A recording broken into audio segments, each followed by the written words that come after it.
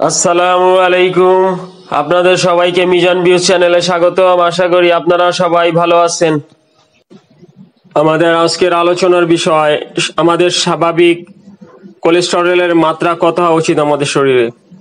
শরীরে কোলেস্টেরলের পরিমাণ বেড়ে গেলে দেখা দেয় একাধিক সমস্যা। সামান্য একটু হেঁটেই যদি পা ব্যথা হয় তাহলে কিন্তু সাবধান, কোলেস্টেরলের সমস্যার কারণে এটা হতে পারে। এই জন্য মাঝে মাঝে পরীক্ষা করা, আমাদের দেহের কোলেস্টেরলের মাত্রা জানা দরকার। কোলেস্টেরল বাড়লে তা রক্তনালীর দেয়ালে জমতে থাকে। কোলেস্টেরল বাড়লেই হার্ট অ্যাটাক, স্ট্রোক, কিডনি এবং বিভিন্ন শারীরিক সমস্যার সৃষ্টি হয়। কোলেস্টেরল বাড়তে শুরু করলে তা রক্তনালীর দেয়ালে জমতে শুরু করে। তাই আমাদের সবারই কোলেস্টেরলের ব্যাপারে সচেতন থাকা উচিত। কোলেস্টেরল অনেক রোগ সৃষ্টির কারণ হলেও আমাদের শরীরে কোলেস্টেরলের স্বাভাবিক মাত্রা কতটুকু থাকা উচিত তার সম্পর্কে আমরা জানি না। আজ আমরা সেই আলোচনায় আসছি। কোলেস্টেরল বেশি থাকলেও যেরকম ক্ষতি, আবার কম থাকাও শরীরের জন্য ক্ষতিকর। আমাদের শরীরে 4 ধরনের লিপিড বা চর্বি বিদ্যমান আছে। এই 4 ধরনের লিপিডের উপরে নির্ভর করে আমাদের শরীরের প্রয়োজনীয় স্বাভাবিক কোলেস্টেরলের মাত্রা এবং সর্বনিম্ন মাত্রা হিসেব করা হয়। লো ডেন্সিটি লিপোপ্রোটিন, কম ঘনত্বযুক্ত লিপোপ্রোটিন। দ্বিতীয় হলো হাই ডেন্সিটি লিপোপ্রোটিন, বেশি ঘনত্বযুক্ত লিপোপ্রোটিন, যাকে এইচডিএল বলে। এই এইচডিএল আমাদের শরীরের জন্য উপকারী। ট্রাইগ্লিসারাইড এবং total cholesterol in our body. Low density lipoprotein, যাকে সংক্ষেপে এলডিএল বলে। তো কম ঘনত্বযুক্ত লিপোপ্রোটিন আমাদের শরীরের জন্য সবচেয়ে ক্ষতিকর। একে খারাপ বা ব্যাড কোলেস্টেরলও বলা হয়।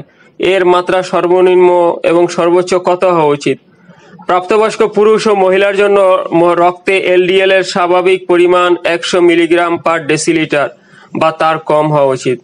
রক্তের পরিমাণ 130 মিলিগ্রাম পার ডেসিলিটারের উপরে গেলে শারীরিক সমস্যা শুরু হয়, এবং তা যদি 190 মিলিগ্রাম পার ডেসিলিটারের উপরে যায় তখন হার্ট অ্যাটাক বা স্ট্রোকের সম্ভাবনার সৃষ্টি হয়। হাই ডেন্সিটি লিপোপ্রোটিন বা এলডিএল, বেশি ঘনত্বযুক্ত লিপোপ্রোটিন।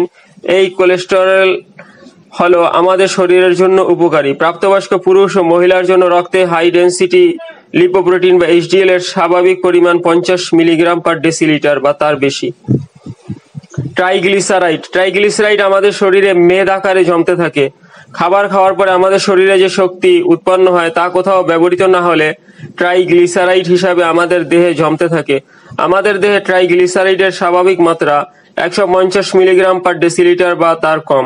ট্রাইগ্লিসারাইডের সর্বোচ্চ মাত্রা 200 মিলিগ্রাম পার ডেসিলিটার।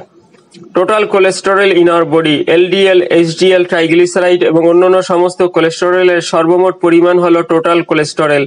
টোটাল কোলেস্টেরলের হিসাব দ্বারা একজন মানুষের দেহের কোলেস্টেরলের প্রকৃত অবস্থা ভালো না খারাপ তা অনুধাবন করা যায় না, কারণ এলডিএল বা এইচডিএল এর যে কোনোটিই বেশি হতে পারে।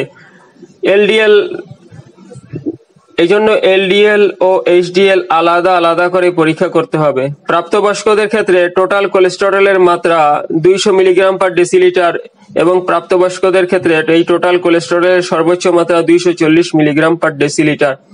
শিশুদের ক্ষেত্রে স্বাভাবিক মাত্রা 170 মিলিগ্রাম পার ডেসিলিটার এবং শিশুদের ক্ষেত্রে টোটাল কোলেস্টেরলের সর্বোচ্চ মাত্রা 200 মিলিগ্রাম পার ডেসিলিটার। কোলেস্টেরলের মাত্রা পরীক্ষা করার জন্য একটি লিপিড প্যানেল নামক রক্ত পরীক্ষার মাধ্যমে নির্ণয় করা খুব সহজ। একজন ডাক্তার রক্তের নমুনা নেবেন এবং বিশ্লেষণের জন্য পরীক্ষাগারে পাঠাবেন। ডাক্তার আপনাকে নির্দেশ দিবেন যে আপনি পরীক্ষার কমপক্ষে 12 ঘন্টা আগে কিছু খাবেন না বা পানও করবেন না। এই ভিডিওর ব্যাপারে আপনার কোনো প্রশ্ন থাকলে কমেন্টস করে জানাবেন। আজ এই পর্যন্ত। এই ভিডিওটিতে একটা লাইক দিয়ে আমাদের সাথে থাকুন এবং এরকম ভিডিও আরো পেতে চাইলে অনুগ্রহ করে চ্যানেলটি সাবস্ক্রাইব করুন। আল্লাহ হাফেজ।